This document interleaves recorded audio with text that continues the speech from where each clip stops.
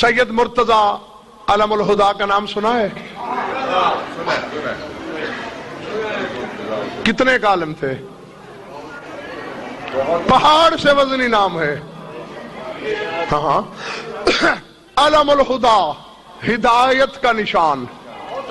اور یہ لقب عالم خواب میں خیبر شکن نے عطا کیا تھا. اور 7ویں پشت، صرف 6 پشتیں حائل ہیں، 7ویں پشت 7ویں امام سے ملتی ہے. واسطہ بھی یوں قریب کا ہے. اور علم کا یہ مقام کہ سن لیا آپ نے، علم الہدا، علم الہدا کی لکھی ہوئی روایت ہے. عرض کر دوں، نقوی صاحب کمبر نے دروازہ بجایا خیبر شکن کا. فضا باہر آئی، اینا مولایا، میرا مولا کہاں ہے؟ قالت فی البروج، فرمایا آسمان کے برجوں میں ہے. کیا کر رہا ہے؟ کیا کرنا کیا ہے؟ عزت حیدر کی قسم، چادر زہرا کی قسم، یہی لفظ ہیں کتاب کے. یقسم الارزاق ویعین الآجال ویقدر الاقوات ویحیی ویمیت. فرمایا وہاں بیٹھ کے کسی کو رزق دے رہا ہے، کسی کا گھٹا رہا ہے، کسی کا بڑھا رہا ہے، کسی کو موت دے رہا ہے، کسی کو حیات دے رہا ہے، فرشتوں کو نمازیں پڑھا رہا ہے، کسی کو مسئلے سمجھا رہا ہے. فضا کہتی چلی جا رہی ہے اور تمہاری طرح کمبر کی ہوائیاں اڑتی جا رہی ہیں. ہیں یہ آل محمد نے تمہیں کیا منہ لگا لیا؟ غالی ہو گئی. یعنی میں ساری جائیداد دوں گا اس بندے کو جو مجمع میں سے اٹھ کے سینے پہ ہاتھ رکھ کے کہے میں کمبر کے برابر ہوں. بولو ہے کوئی تم میں؟ چلو مجھے وہ مولوی دکھاؤ جو کمبر کے برابر ہو. کوئی عالم ربانی دکھاؤ جو کمبر کے برابر ہو. نقوی صاحب یاد ہوگا میں نے آپ کو نظام الدین اولیاء کا شعر سنایا تھا. نظام الدین اولیاء فرما رہے ہیں کہ نظام الدین حیا دارد کہ گویت بندہ شاہم. وہ کہتے ہیں مجھے علی کا بندہ کہلواتے ہوئے شرم آتی ہے. نظام الدین حیا دارد کے گویت بندہ شاہم ولیکن کمبر اوراؤ کمینہ یکگدا باشد. میں علی کا بندہ تو نہیں ہوں، اس کے کمبر کا ادنا گداگر ضرور ہوں. تو یہ مقام ہے کمبر کا، اور کمبر کے ہوائیاں اڑ رہی ہیں. اچھا آلے نے دے علی کو، انی اقول لمولایا ما سمیت من حوضہ الکافرہ، میں مولا سے کہوں گا یہ کافرہ ہو گئی. اب آپ کو خدا سے ملانے لگی.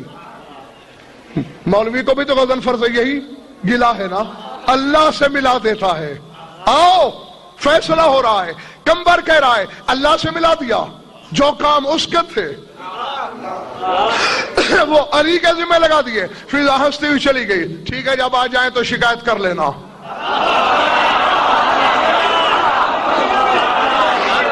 اب عالم غضب میں کمبر کے قدم منڈی والوں نہیں ٹک رہے. غصے میں چلتے چلتے چلتے مدینے کے باہر نکل گیا. دور سے دیکھا یہودی کا باغ ہے، علی کے ہاتھ میں بیلچا ہے، باغ کو پانی لگایا ہوا ہے. غصہ سے شاہ غضب میں دوڑتے دوڑتے آگے گیا. مولا نے آتے دیکھا کمبر خیریت؟ چہرے پہ سرخی کیوں ہے؟ شعلے کیوں دہک رہے ہیں؟ مولا آپ نے اس حبشن کو اتنا سر چڑھا لیا، غالی ہو گئی. کیا کہا؟ میں نے آپ کے بارے میں پوچھا. کہنے لگی برجوں میں ہے، رزق بانٹ رہا ہے، فرشتوں کو نمازیں پڑھا رہا ہے، مسئلے سمجھا رہا ہے، چھٹیاں تقسیم کر رہا ہے. علی نے مسکرا کے فرمایا تمہیں شک ہے کیا؟ مولا شک تو دور کی بات ہے، بات تو یقین کی ہے. آپ کھڑے تو میرے سامنے ہیں، ہاتھ میں بیلچا ہے، باغ کو پانی لگا رہے ہیں، تو آسمانوں میں کیسے ہو سکتے ہیں؟ مولانا کمبر میری مسکراہٹ سے غلط فہمی میں مبتلا نہ ہو، میری نرمی سے ناجائز فائدہ نہ اٹھاؤ. ادنا منی قریبا میرے ماسا ہو یدہ علی عینہ. علی نے کمبر کے آنکھوں پہ ہاتھ پھیرا. اب دیکھا تو کہیں نماز ہو رہی ہے، کہیں واز ہو رہا ہے، کہیں چھٹیاں تقسیم ہو رہی ہیں.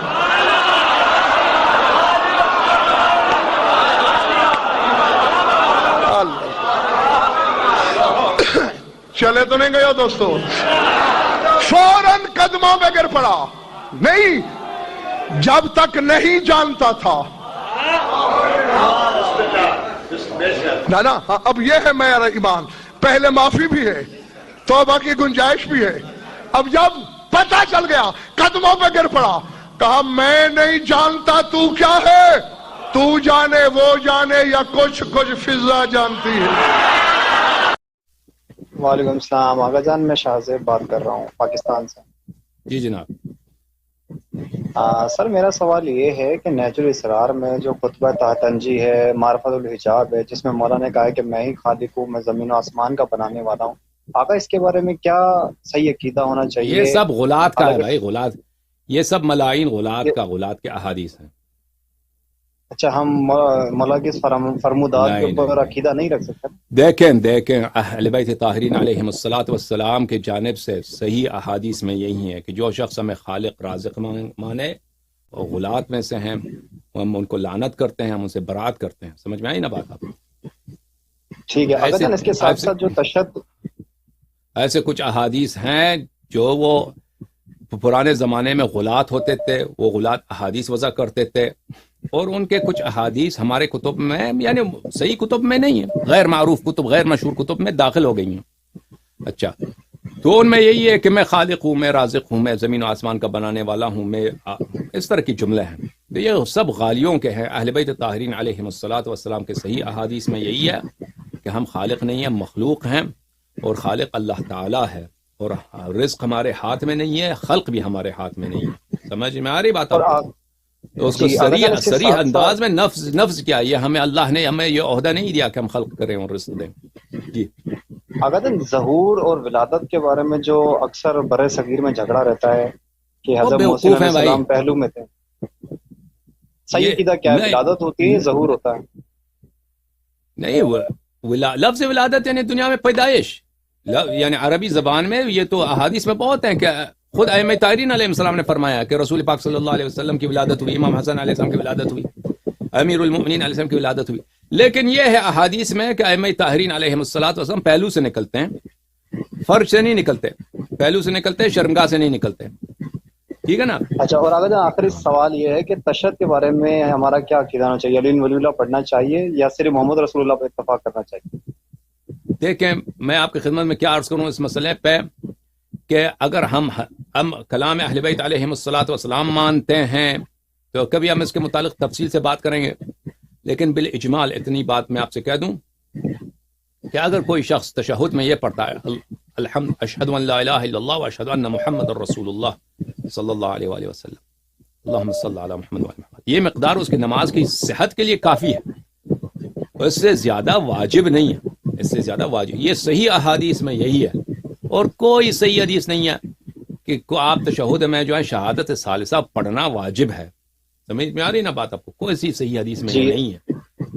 اب مولوی لوگ یہ جو اجازت دیں یہ جو ذاکر لوگ ہیں یہ بیوقوف ہیں، یہ جہالت کی وجہ سے انہوں نے اپنا دین اور بنایا ہوا ہے.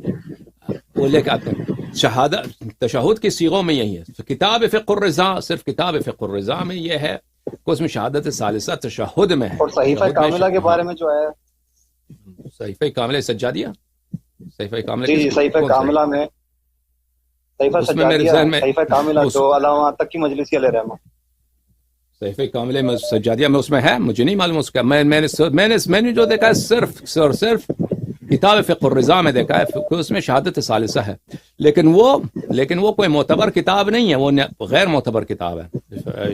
لیکن یہ حرام نہیں ہے کہ کوئی شخص کہنا چاہے شہادت ثالثہ، یہ حرام نہیں ہے. آپ کہہ دیں اشہد ان علی ولی اللہ، اشہد ان فاطمہ الزہرا سیدۃ النساء العالمین، یہ سب کہہ دیں، یہ اچھی باتیں ہیں، اللہ کا ذکر ہے. ٹھیک ہے نا؟ اس کا کہنا حرام نہیں ہے. آپ سجدے میں کہہ دیں، آپ رکوع میں کہہ دیں، لیکن یہ نہیں ہے کہ تشہد کے صیغے کا یہ جزو ہے. جو ہمارے پاس جو احادیث ہیں یہ وہی ہے بھائی. اگر کسی اور کا دین کچھ اور ہے وہ اپنے دین کا ذمہ دار خود ہے. تو اب اگر کوئی خلیفہ بنانا چاہتا ہے تو کم سے کم اللہ سے پوچھ تو لے. جب اللہ نے یہ کہہ دیا کہ امام میں بناتا ہوں تو اگر اپنا کوئی رہنما بنانا چاہتا ہے تو کم سے کم اللہ سے پوچھ تو لے کہ اللہ کیا چاہتا ہے. یعنی میرے علاقے کا بزرگ اگر کوئی کام اپنے ہاتھ میں لے لے تو ادب کا تقاضا یہ ہے کہ میں اس کی بغیر اجازت کے وہ کام نہ کروں. یہ کیسا بندہ ہے، یہ کیسا مسلمان ہے جو اللہ کا کام اپنے ہاتھ میں لینا. اچھا اگر اتفاقاً ٹھیک کر بھی لیا ہوتا تو شاید ہم بھی کہہ دیتے کہ چلیں کام تو اس کا نہیں تھا مگر ٹھیک کر. نہ کام تمہارا تھا نہ ٹھیک تم نے کر، وہ اچھا بھی نہیں کیا. تو پھر تقاضا ادب یہی ہے کہ جو کام جس کا ہے اسی سے کروایا جائے. دو کام اللہ نے اپنے ہاتھ میں لیے. ایک رزق دینے کا، ما من دابۃ فی الارض الا علی اللہ رزقها. زمین پر کوئی ہلنے والا رینگنے والا نہیں ہے مگر اس کے رزق کی ذمہ داری اللہ پر. یہ میں قرآن کی آیت پڑھ رہا ہوں، کسی کا کوئی شعر نہیں سنا رہا جس پر آپ کو کوئی شک ہونا چاہیے. یہ اللہ کا کلام ہے. ما من دابۃ فی الارض الا علی اللہ رزقها. زمین پر کوئی ہلنے والا نہیں ہے مگر اس کے رزق کی ذمہ داری اللہ پر ہے. بڑی اللہ کہہ رہا ہے زمین پر کوئی ہلنے والا نہیں ہے، تم ہلنے والے بنو تو رزق وہ دے گا. یہاں تو چاہتے ہیں کہ بغیر ہلے سب کچھ ہو جائے. اللہ کہہ رہا ہے کوئی زمین پہ ہلنے والا نہیں ہے، رینگنے والا نہیں ہے مگر الا علی اللہ داری. اللہ رازق ہے. اس نے رزق کبھی ماں کے ذریعے سے دیا، کبھی بھائی کے ذریعے سے دیا، کبھی بہن کے ذریعے سے دیا، کبھی اس نے باپ کے ذریعے سے رزق دیا. ابھی بچہ دنیا میں آیا نہیں تھا کہ خون دودھ میں تبدیل ہو گیا. یہ جو رزق کا انتظام اللہ نے کیا ہے کس کے ذریعے کیا ہے؟ سارا عالم انسانیت اس بات پر متفق ہے کہ ماں کے ذریعے. اگر 4 بچوں کی ماں رزق دینے کا ذریعہ بن سکتی ہے تو جو کائنات میں ماں ہے، جو کائنات پر باپ ہونے والے پر ماں ہے. یعنی سرکار دو جہاں نے اپنے لیے فرمایا میں اور علی اس امت کے 2 باپ ہیں. وہ جو 2 باپ ہیں اس پوری کائنات کے لیے، ان پر ماں کا درجہ. فاطمہ تو ام ابیہا، فاطمہ اپنے باپ کی ماں ہے. بھائی مجمع بہت زیادہ ہے مگر صلوات سب بھائی جو ہے ایسے پڑھتا ہے اللہم. رزق دینے کا اللہ نے جو ذریعے بنائے نا ان میں ایک ذریعہ ماں. اب میں ایک آیت پڑھوں گا اور ایک حدیث پڑھوں گا. آیت میں اللہ نے رزق کے بارے میں وسیلوں کا ذکر، رزق کن کے ذریعے سے ہوتا ہوا آتا ہے. اچھا رزق یہ صرف سالن اور کھانا تو نہیں ہے. سب سے بڑا رزق تو علم ہے. یعنی خوب کھاتا پیتا ہو مگر لکھنا نام بھی نہ آتا ہو. ایسے کھانے پینے کا یہ وبال جان بنے گا. یہ پیسہ فضول خرچی کا ذریعہ بنے گا. یہ پیسہ دہشت گردی کا ذریعہ بنے گا. یعنی اگر پیسہ ہو اور علم نہ ہو تو فضول خرچی، بازوؤں کی طاقت ہو اور علم نہ ہو تو دہشت گردی. اللہ نہیں چاہتا کہ لوگ دہشت گرد بنے، اسراف کرنے والے بنے. ان کے تمام تر کاموں پر اللہ جس چیز کو حاکم رکھنا چاہتا ہے وہ ہے علم. سب سے بڑی دولت، سب سے بڑا پیسہ، سب سے بڑا سرمایہ، سب سے بڑا رزق علم ہے. میرے مولا علی علیہ السلام فرماتے ہیں رضینا قسمت الجبار فینا. توجہ تو ہے آپ کی. ہم اہل بیت اللہ کی تقسیم پر راضی ہیں. رضینا قسمت الجبار فینا لنا علم وللأعداء مال. ہم اہل بیت اللہ کی تقسیم پر راضی ہیں. ہم اہل بیت کو اللہ نے علم دیا ہے، ہمارے دشمنوں کو مال دیا. تو سب سے بڑی دولت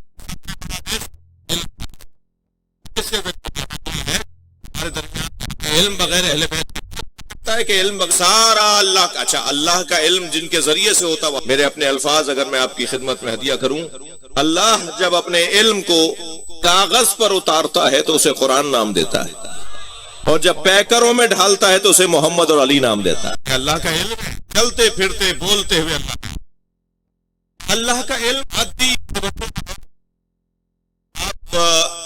بات وہ مانو کہ جو اللہ اور اللہ ساری دنیا ایک بات کرے، یعنی دنیا سب مل کر ایک بات کرے اور اللہ کچھ اور کہہ رہا ہو، تو ہمیں ساری دنیا کی نہیں ماننا ہے. تھوڑے گردن ہلائیے.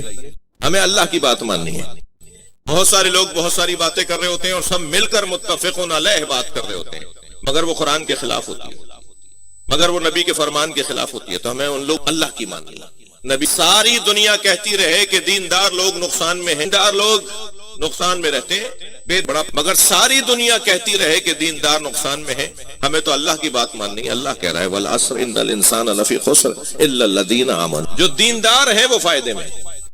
اب دنیا کچھ کہے، ہمیں وہ بات ماننی ہے جو اللہ کہہ. وہ جو چاہوں گا اب ایک جملے پر، ساری دنیا کہتی رہے کہ ابو طالب نے کلمہ نہیں پڑھا، اگر ساری دنیا متفق ہو کر بھی کہہ دینا کہ ابو طالب نے کلمہ نہیں پڑھا، تو مجھے دنیا کی نہیں ماننی، اللہ کی ماننی ہے۔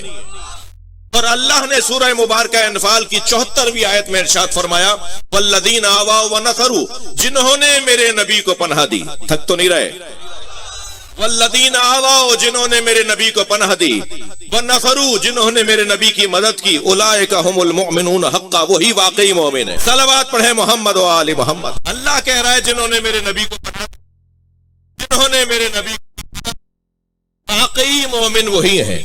اچھا، آیت یہاں رکی نہیں ہے، آیت آگے بڑھ رہی ہے، میرے مضمون کا مطلب تو آگے ہے۔ اللہ ارشاد فرمائے لہم مغفرتن، انہی کے لیے مغفرت۔ تھوڑا سا سہارا چاہوں گا عربی ادب جاننے والے علماء لام حرف جار رہا، ہم ضمیر منفصل، اگر ضمیر منفصل بھی اگر سار کا فائدہ پہنچاتی، جس میں ترجمہ ہوتا ہے یہ نہیں، یہ اگر ضمیر منفصل مقدم ہو جائے اور اگر جار مجرور مقدم ہو جائے تو للزید بیتن، اگر کہا جائے بیتن للزید، گھر زید کے لیے، یہ ہے کہ زید کے علاوہ بھی، لیکن جب کہیں گے نا للزید بیتن تو پھر کہا جائے گا زید ہی کے لیے گھر ہے۔ وہاں ہم اردو زبان میں ہی کا ترجمہ لگاتے ہیں اگر جار مجرور مقدم ہو جائے۔ تھوڑا سا سن لیجئے، اگر جار مجرور مقدم ہو جائے یا ضمیر منفصل مقدم ہو جائے تو انحصار کا فائدہ پہنچاتی ہے۔ اب میں نے یہ آپ کو عربی ادب کا قاعدہ کیوں سنایا، اس کا نتیجہ لیجئے۔ نتیجہ یہ ہے کہ لہم مغفرتن، تھک تو نہیں رہے آپ، لہم مغفرتن، انہی کے لیے مغفرت، لہم مغفرتن، انہی کے لیے مغفرت ہے، ورزق کریم، اور انہی کے لیے رزق کریم ہے۔ یعنی اگر میں اپنے الفاظ میں کہوں کہ رزق ابو طالب کے لیے اترتا ہے، ہم تو فعل میں کھاتے ہیں۔ اب تم تو کہہ رہے تھے کہ ابو طالب نے کلمہ نہیں پڑھا، اللہ کہہ رہا ہے مغفرت انہی کے لیے ہے، اور اللہ کہہ رہا ہے رزق کریم انہی کے لیے ہے۔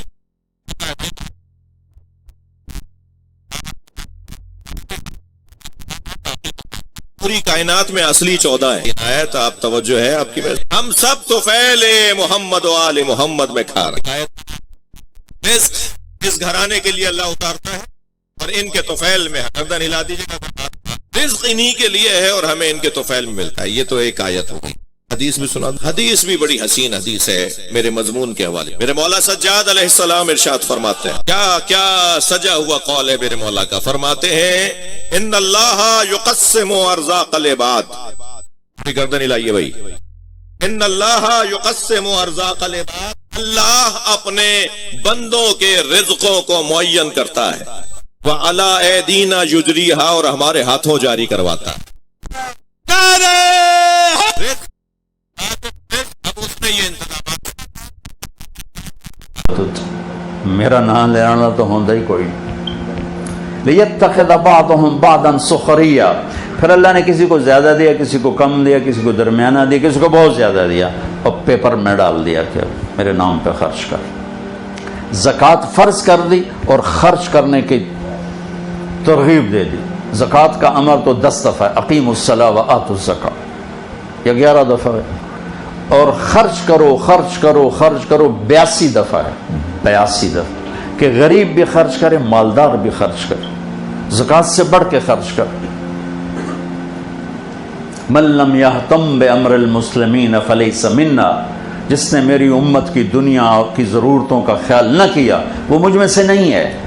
اور یہ ایک بہت بڑی ضرورت ہے کہ ہمارے ہسپتال صرف حکومت کی کوتاہی نہیں ہے، ہماری کوتاہی کا بھی شکار۔ سارا الزام حکومت کو کیوں دے؟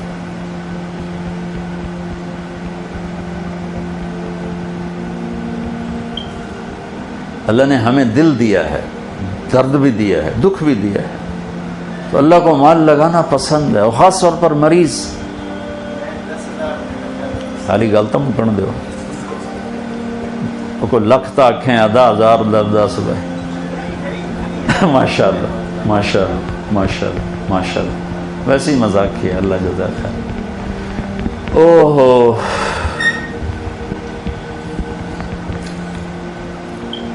عبداللہ بن عبید اللہ بن عباس بڑے سخی گزرے، حضرت عباس کی اولاد۔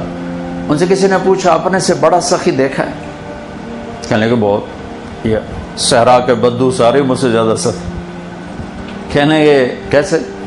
ایک دفعہ میں اور میرا خادم سفر میں تھے، بارش آ گئی صحرا میں، جھڑی لگ گئی، تو ہمیں ایک ہفتہ ایک بدو کے پاس ٹھہرنا پڑا. تو اس نے نا اونٹ ذبح کیا پہلے دن، تو ہمیں کھلایا. اگلے دن دوسرا ذبح کرنے لگا. میں نے کہا اللہ کے بندے، وہ اتنا سارا کل والا گوشت پڑا ہے، ہم 2 بندے ہیں، یہ کیا کر رہے ہو؟ کہنے لگا مہمان کو باسی کبھی نہیں کھلاتا، تازہ کھلاتا. توڑے فریج بھرے، چوتھے دن دی روٹی بھی کٹ کے گو رکھ دے، گرم گرم کر کے لے بھائی مگرو لائے ہو پرانے. ہمارے بچپن میں ہماری دادیاں نانیاں جب زندہ تھیں، یہ میرے کانوں میں الفاظ ہیں، رات 12 بجے بھی مہمان آتا، بسم اللہ برکت آ گئی، بسم اللہ برکت آ گئی. واللہ ہماری دادیاں نانیاں پڑنانیاں، بسم اللہ برکت آ گئی. نہ بجلی ہوتی تھی، نہ سہولتیں ہوتی تھی. ایک آدھ نوکرانی کو اٹھایا اور ساتھ کھانا بنایا خوشی کے ساتھ. اب دن کے 12 بجے بھی مہمان آ جائے، منہ اٹھا کے آ جاتے ہیں، بتائے بھی نہیں ہوتا، منہ اٹھا کے آ جاتے. اگلا اندر روٹی تو نہیں کھاو گے، پانی تو نہیں پیو گے. ہمارے دیہات کا دستور تھا، رات کو جتنے مہمان ہوتے، جتنے کچی سڑکیں تھی، رات کو بہت مہمان ہوتے تھے، مسافر پردیسی 5 10 15 20 تک تو میں نے بھی دیکھے. اور میرے والد بتاتے ہیں کہ ہماری جوانی میں 100 مہمان ہمارے ڈیرے پر ہوتے تھے. سب کو دودھ پلانا ایک ثقافت، سب 100 بندے 100 نو دودھ پلانا، چونکہ مویشی بہت زیادہ ہوتے تھے. تو وہ ہمارے دادے کے زمانے کا ایک مہمان آ گیا، چچا لال. تو نوکر ہمارا گیا دودھ پلانے اس کو. تو اس نے جب گلاس دیکھا نا، اور گلاس ہوتے تھے اتنے بڑے 3 پادا گلاس ہوتا ہے. اس نے جب گلاس ویکھیا، ابھی تک کپ ورگا گلاس ہے، کہنے لگا نوکر سے، پتر میں نہیں پیندا. اس نے کہا چاچا کیوں نہیں پیندا؟ کہ پتر 2 تو ود پیواں تے بے غیرت بنا تے 2 تے گزارا کو نہیں، جا لے جا میں نہیں پیندا.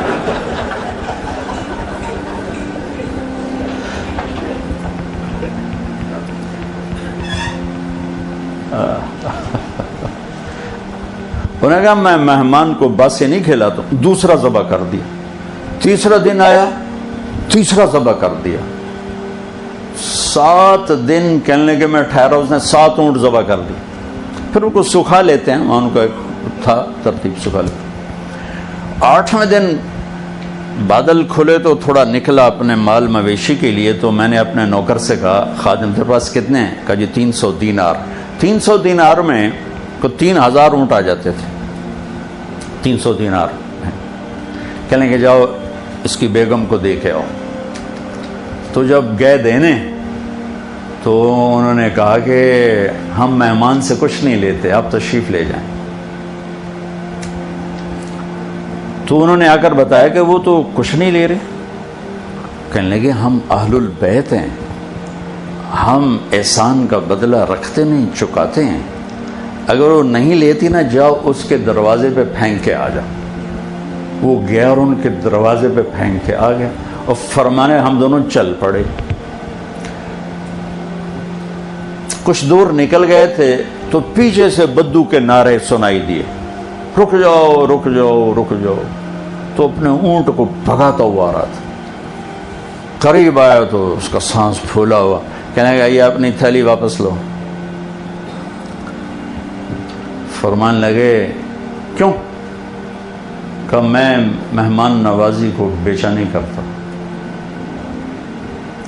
کہنے لگے یہ مہمان نوازی کا صلہ نہیں ہے، یہ حل جزاء الاحسان الا الاحسان، یہ احسان کا بدلہ احسان ہے. ہم اہل البیت ہیں، ہم احسان کا بدلہ رکھتے نہیں ہیں. تم نے نیکی کی، ہم نے بھی کی. تو اس نے نیزہ سیدھا کر لیا، یہ لینا ہی ہے تیرے سینے دے پار کراں. تو ان کے نوکر نے کہا انہیں کر دیں، انہیں پار مہربانی کرو.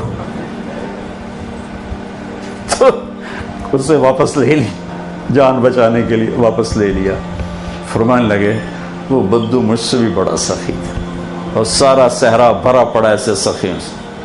حاتم تائی سے کسی نے پوچھا، حاتم کی سخاوت تو مشہور ہے نا، اپنے سے بڑا سخی کبھی دیکھا؟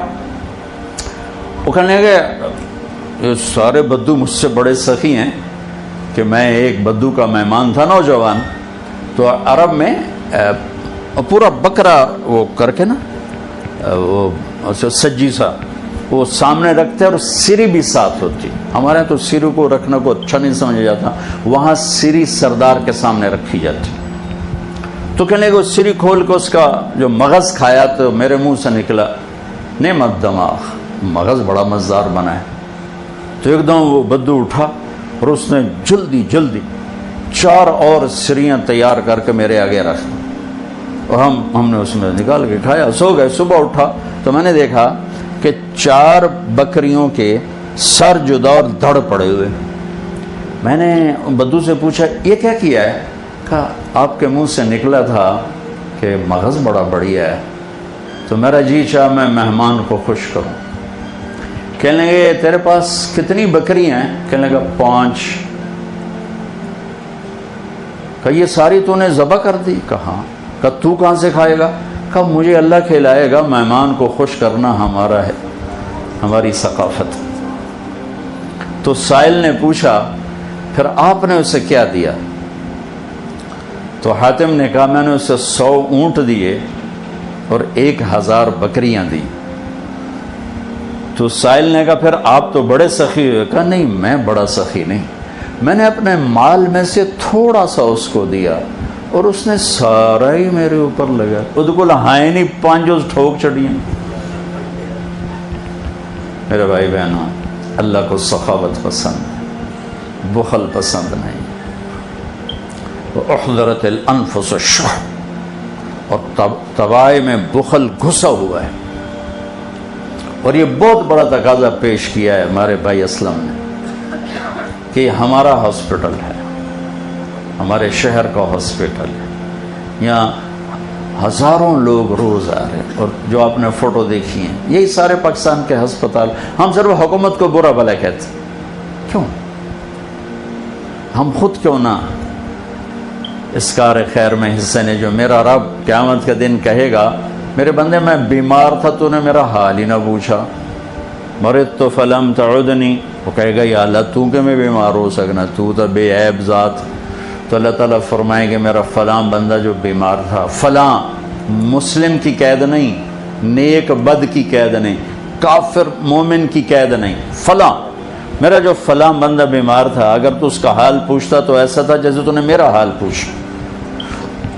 تو مریض کے علاج، تشفی، دلجوئی کتنی بڑی بات. تو ہم ایک دوسرے کو گلہ دینا چھوڑ کے خود کرنا شروع کر. بے شک ہم زوال شدہ قوم ہیں اور زوال شدہ قوموں کے ضمیر سو جاتے.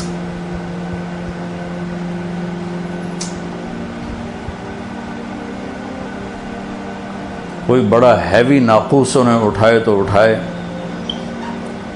باقی باتیں کانوں پہ نہیں آ کر پڑتی. میرا دیس ایک نعمت ہے، میرا دیس ایک نعمت، اور اللہ نے اس کو کلمے کی بنیاد پر اٹھایا. اور دنیا میں 2 ریاستیں اسلام کے نام پر وجود میں آئیں، ایک مدینہ کی ریاست، ایک پاکستان کی ریاست. اللہ نے اس کے لیے شب قدر مقدر فرمائی، 27 کی رات مقدر فرمائی، جمعے کی رات مقدر فرمائی. یہ اتفاق نہیں تھا. ہم اپنی آزادی 15 اگست منا لیتے، وہ 14 منا لیتے، نہیں ہو سکتا تھا. اللہ نے اس کے لیے شب قدر مقدر فرمائی.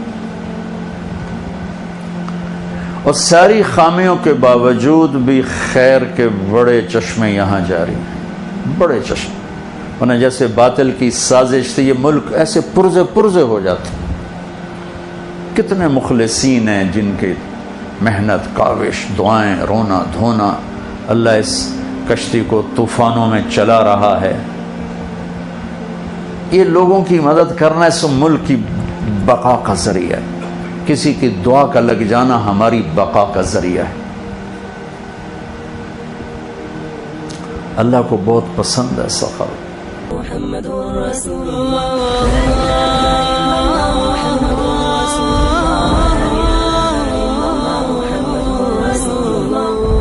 اللہ فرماتے ہیں تمہیں اس پہ غور کر کے ایمان لانا ہے. کیوں؟ اس لیے کہ اللہ تعالیٰ نے سزا بھی رکھی ہے. امن ھذا الذی ھو جند لکم، اللہ فرماتے ہیں شرافت سے ایمان لے آؤ اور اعمال اختیار کر لو، ورنہ بتاؤ اگر اللہ تعالیٰ تمہیں عذاب دینا چاہے تو کوئی ایسا لشکر ہے جو تمہیں اللہ کے عذاب سے بچا لے؟ جب کوئی نہیں ہے تو تمہیں اس ذات سے ڈرنا چاہیے. امن ھذا الذی یرزقکم ان امسک رزقا، بتاؤ اگر اللہ رزق روک لے تو کوئی ہے جو تمہیں رزق دے دے؟ یہ جو دنیا کے ماہرین معیشت بیٹھے ہیں رزق تقسیم کر رہے ہیں، جی اتنی کیلکولیشن اس سال اتنا بجٹ، یہ سب ماہرین معیشت ہوتے ہیں نا، یہ ان کے بجٹ کی کیلکولیشن اس وقت تک چلتی رہے گی جب تک اللہ آسمان سے بارشیں برساتا رہے.